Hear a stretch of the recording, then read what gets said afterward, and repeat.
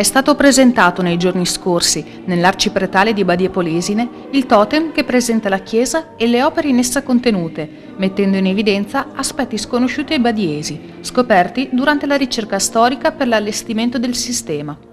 Il progetto San Teobaldo, fortemente voluto dal badiese Giorgio Soffiantini e coordinato da Don Torfino Pasqualin, ha preso avvio lo scorso anno e prevede numerose iniziative volte a ridare lustro alla figura del santo patrono. Vicino alla cappella di San Teobaldo è stato installato un monitor che propone due presentazioni, la chiesa di San Giovanni Battista e la cappella del patrono della città, con una breve storia della sua vita. Sullo schermo del sistema si può scegliere fra le due opzioni e, seguendo le facili indicazioni, si può esplorare il racconto presentazione tra testi e immagini.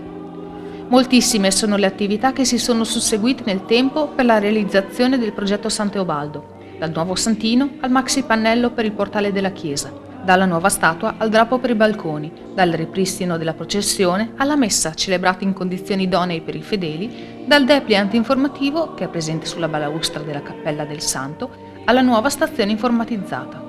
Le iniziative giungeranno a completamento con le pubblicazioni La vita di San Teobaldo raccontata ai ragazzi, che verrà presentata fra aprile e maggio, e la storia del patrono di Badia Polesine per le famiglie previste per dicembre. Tutte le iniziative sono state finanziate da privati cittadini badiesi che hanno voluto dare il proprio contributo al progetto.